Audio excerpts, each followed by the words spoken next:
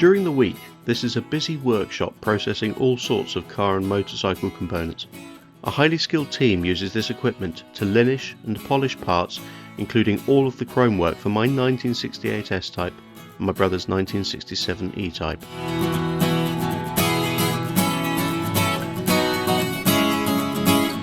With just a quick look around, I come across a C-Type grille and various motorcycle fuel tanks and other components all in progress.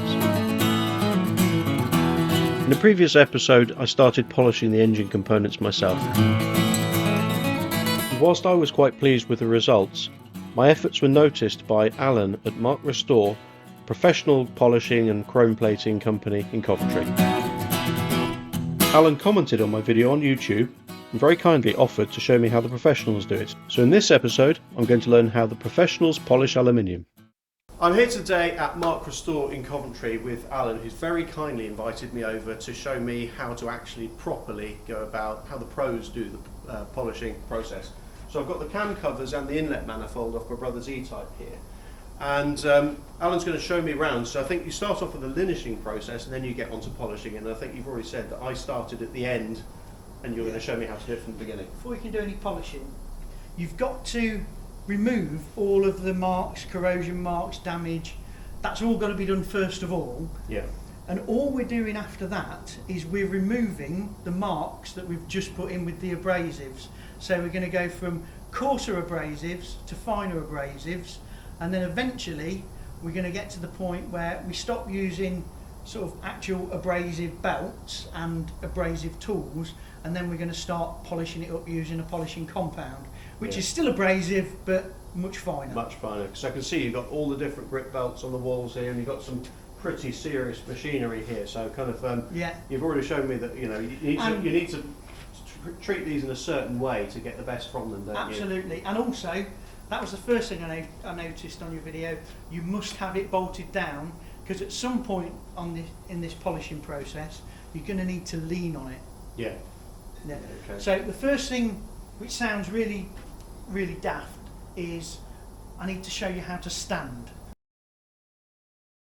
You've got to stand right in front of the polishing machine, because you were stood to the side and you don't have any control there. Yeah. So I've got to stand right in the middle. Now the other thing is you've got to be able to move, because you don't polish with your arms like this. Okay. You actually polish with your whole body. So you keep the workpiece close to you, because here I've got control. Mm-hmm. Out here I haven't got control. Yeah. And apart from that, within 5 minutes you will feel like your arms are falling off. Yeah, okay. So you need to stand close to the machine. And the other thing is, when you move, it's best to take a stance 1 foot forward, one a bit further back. And when you actually are polishing, you move your body. Yeah, your arms do move a bit, but you move your body. Is that to get the kind of smooth arc of motion? Because in effect you want a smooth surface to take off. It is, because for instance, if you've got a mark here that you need to get out, you're going to have to polish that much. Yeah, okay. Because if you don't, you're going to scallop it out, which is the reason that we'll be polishing at a slight angle, lengthways. You would not polish this way. Yeah. If you polish this way, you're just going to create a load of ripples all the way down it.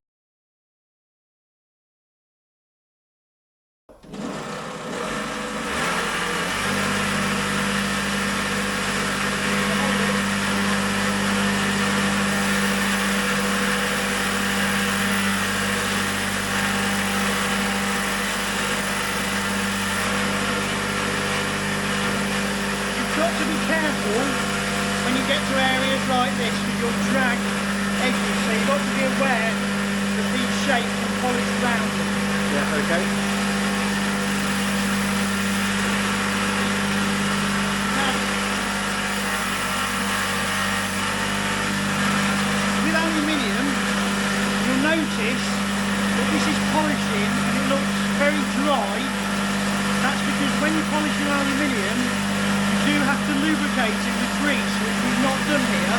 So let's just get some grease. Okay.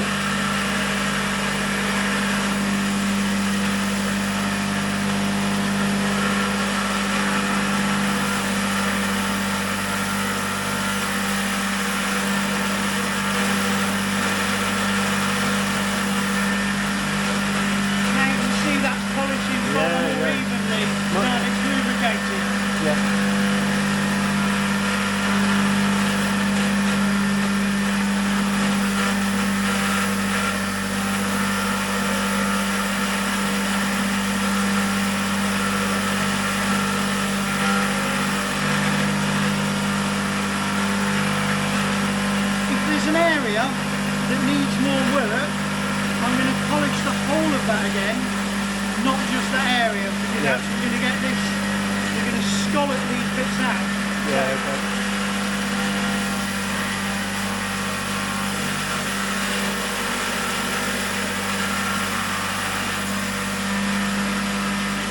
There we go. Even. Brilliant. Even. Yeah. Not a big difference.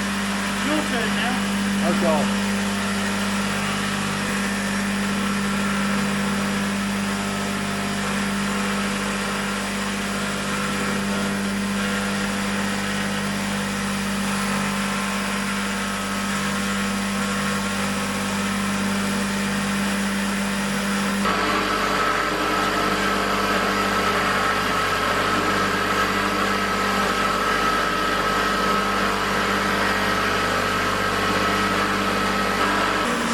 Mottled area here. Yeah. Go, you see that there? Yeah, that's good. That's good. But this needs a bit more. Yeah, okay. Needs a bit of grease on it to feel that quality right. Yes, of course. So one of the questions I've got here is, when you get to kind of bits of, there, there's still a reasonable, would you not just do that at that stage, or are you still risking? You can. You can. It's experience. Yeah, okay. Okay. And again, I'll go round them bits for you. And again, on these long bits, yeah, you would go down there. You would run down there, okay. But you be careful not to catch that. You can feel that's dry now. Yes, of course.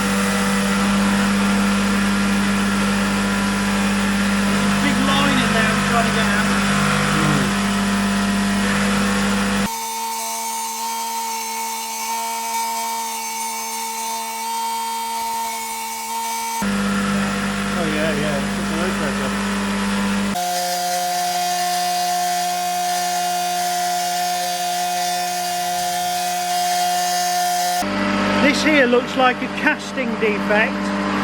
If I try and dig that out, it's probably going to get worse. But you can actually see it looks like some little holes in the casting. Yeah. So sometimes it's best to leave alone.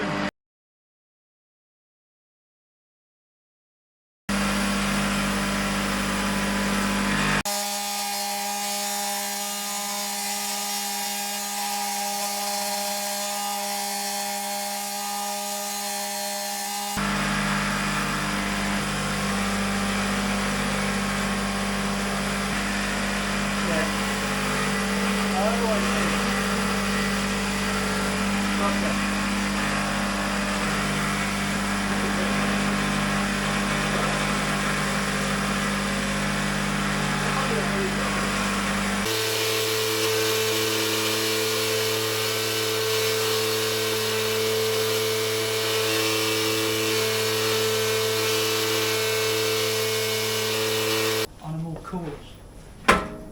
Oh, and a more coarse. Oh, okay, go the other way. So what we're looking at here is there are some casting imperfections that are kind of in the surface here. So what Alan's recommending is going for a Corsa belt to really try and get them out, because it's this rectangular block that needs polishing.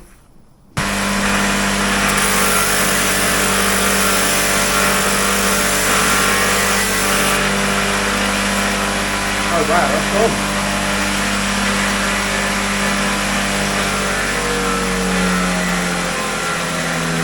Would have took us 10 minutes. So what grit have you gone to on that? So with that one, we've gone with an 80 grit. If you actually look at the surface now, You can see. yeah, it's gone. It's absolutely great.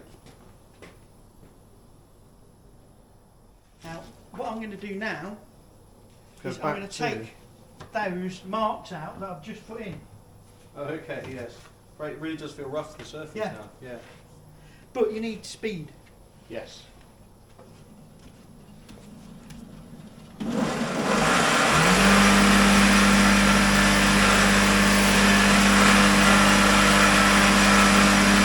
When I polish this now, I did that more or less straight down. Yeah. So I'm going to go from straight to slightly an angle, Okay. because then I can see when these marks have gone. Gotcha. Yeah, okay. So if I go at an angle,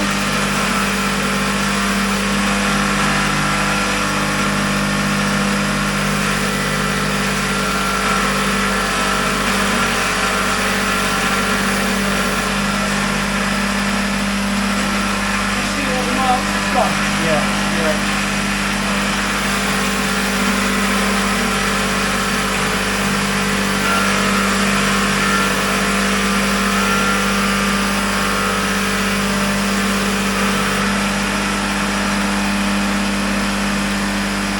Now all them 80 marks have gone.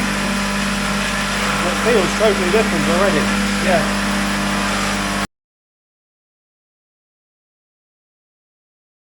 You're moving to a 320 grit belt now. Yeah, if we were polishing steel, you would have to go from a 180 to a 240 Yeah. to a 320. Okay. But because it's aluminium and it's softer, we can skip a grade. Okay. So we're going to skip a grade. What I've got to do here is I've got to take a bit off the edge of this belt, because this head that we've put on here is a softer head than normal, Yeah. and the corners are rounded on it, Right. so that we can get into areas. If we were linishing a bumper or something that was a flatter shape, we'd put a harder head on, which will increase the cut, and we would.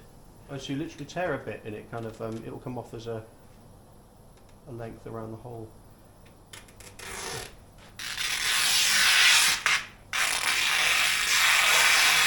Wow. Trick of the trade. One thing Alan was showing me just now is kind of literally when you turn the machine on, you've got an adjustment there to kind of centre the belt. It will move it this way, so we can, because what I did is that if you notice, I moved the belt over so it was about like there, Yeah.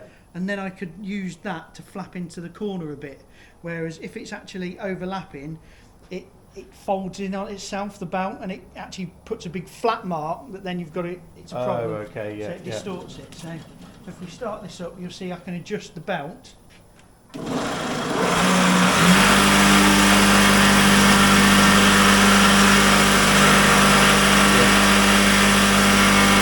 I'll put it in the middle.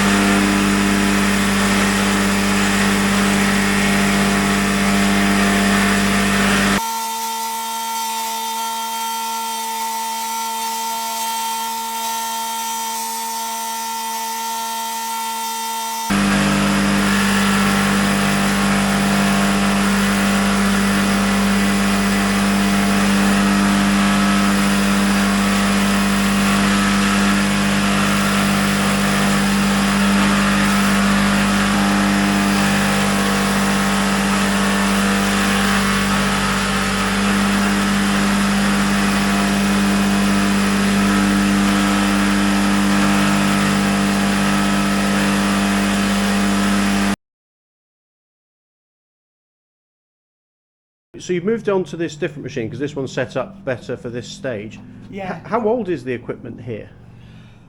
I'm not exactly sure. This could be anything from 1930s to sort of 50s or 60s, but it's all old machinery. But these were built solid. They can be built time and time again with bearings and motors rewound. They never truly die. No, they're amazing bits of kit, and Alan's actually got a couple here ready and waiting, because if one drops out, then you can kind of pull these into position and get going straight away. So these literally run all week? Yeah, all day, every day. What we've got to move on to now is getting into these recesses. We can't do that with the Linishing head, so what we're going to have to do is move on to these. These are mops that are dressed up with a greaseless polishing compound known in the trade as Satin. Satin.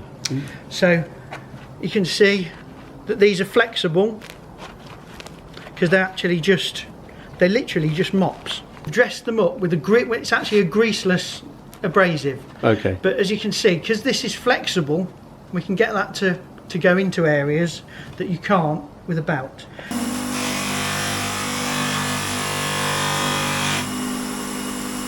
Oh yeah, crikey, immediately.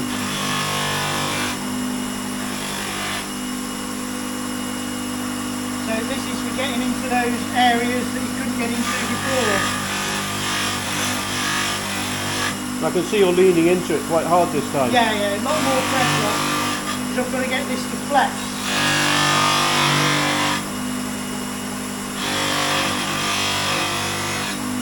So I've got much further in there. Yeah.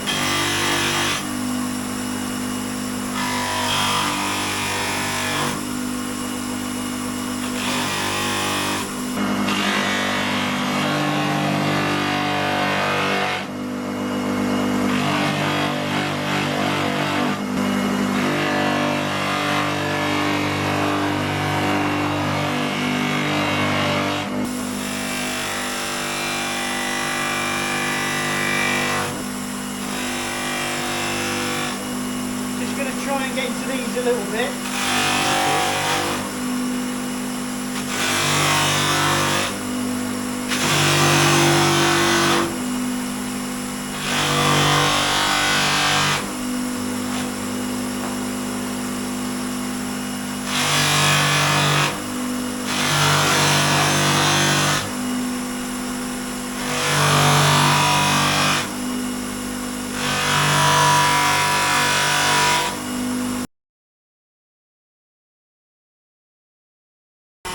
So you've got to dress these up.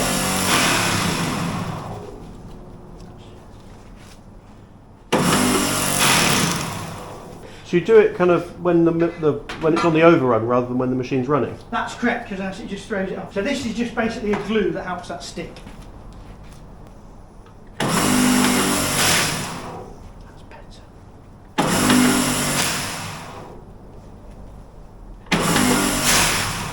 Put the bond on first, and That's then you it. put the... Put some glue on. We can...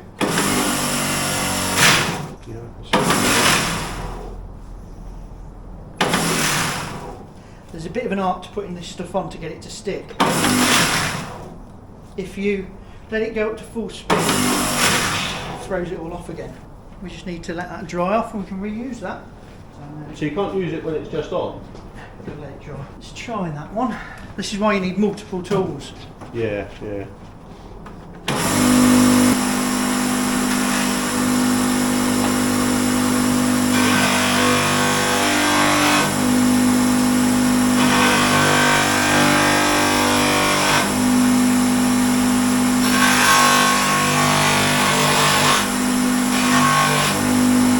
Do you want to have a go at some of the fiddly bits? Yeah, definitely. Just be careful that you don't get it to snatch. The important thing with polishing is that you're always going off. So we're going off the edge there. Yeah. If you go onto an edge, it will catch. Yeah, okay. So you should always be going off the edge. So you do there and turn it and do it from the other side. Okay. That's the important bit. You must always be going off the edge.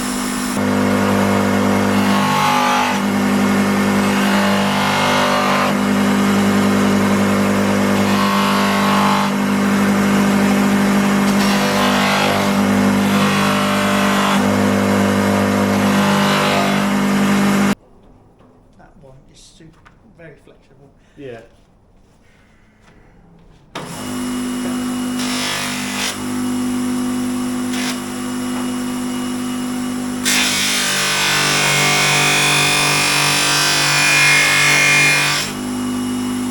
Bit of a difference. It's evening it out. Yeah. Yeah.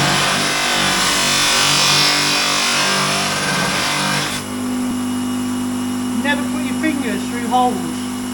Right. Okay. Because if it snatches, it'll take them. Okay. it'll take your fingers or your arm with it.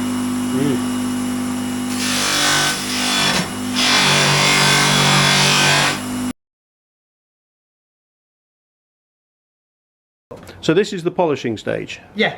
So all of that we've done so far is just to get it so we can now start to make it shiny. And so you use a different type of compound at this stage. Yeah. on the mops as well.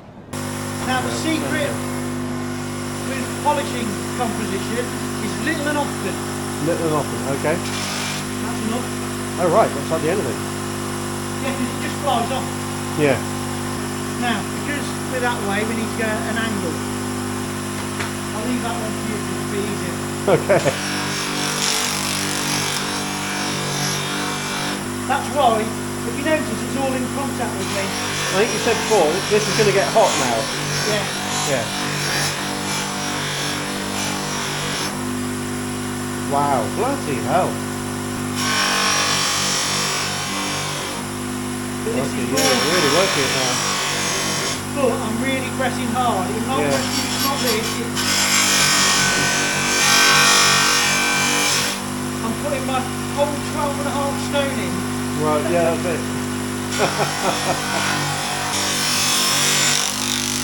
That is where the stitching is coming out. Yeah. If it whacks you on the back of the hand, you know about it. So little and often. Yeah, okay.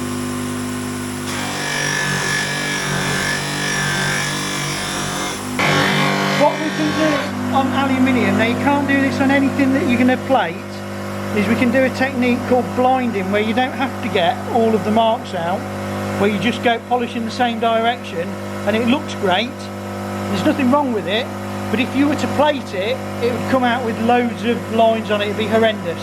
But if it's polish okay. only, You can get away with it. you can get away with it. Interesting.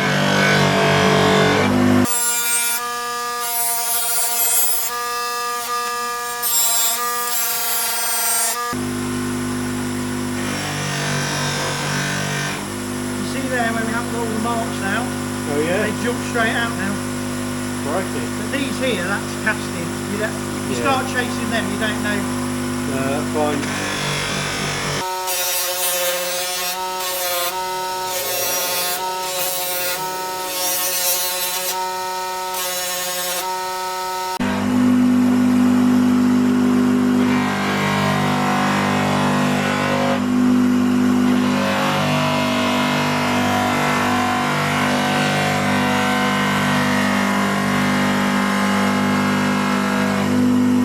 Just trying to feather that edge a bit so it's not such a hard edge where the polishing finishes.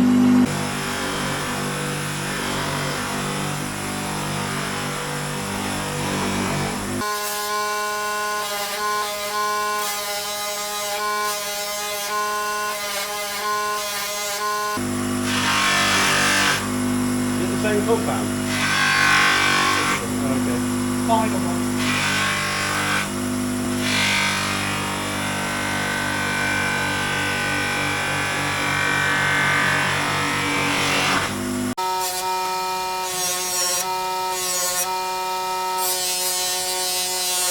Good enough. So it may not come across here, but basically it's kind of in the final stage of polishing. How would you describe this? You kind of... There's porosity in the casting, and as you get finer polishing, it tends to open up and cause a mottled effect. You're gonna have to leave. But it doesn't look awful, but it's just, you know, it's noticeable. it is noticeable, yeah.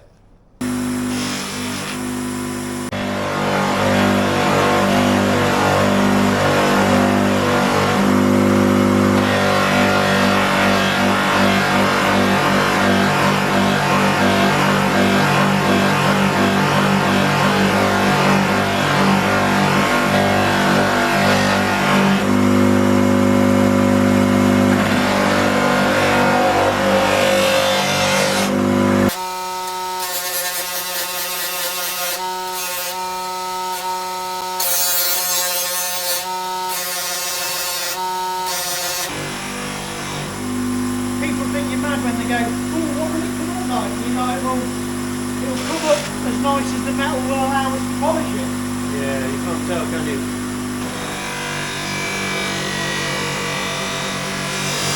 Operation is what we call colouring up. Colouring up? But the final kind of... Yeah, where you put it all the same way, because it looks all different colours, where it catches the light. Yeah. So you just colour it up. So it's all finished off the same way. Shows it in the best light. Yeah, when the light refracts off it, it's all... Yeah.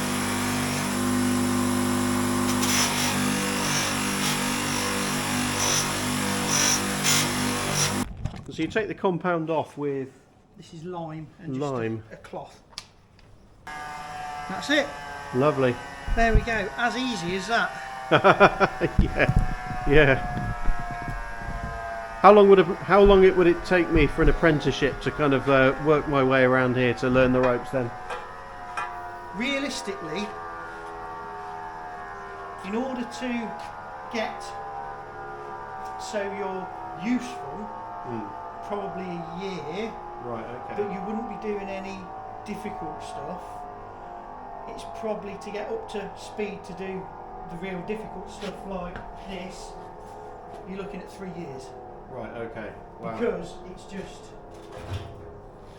not very easy. It's one of them things that looks easy until you have a go. Yeah, I can really say that it's not that easy, and I think you can probably tell from what we're...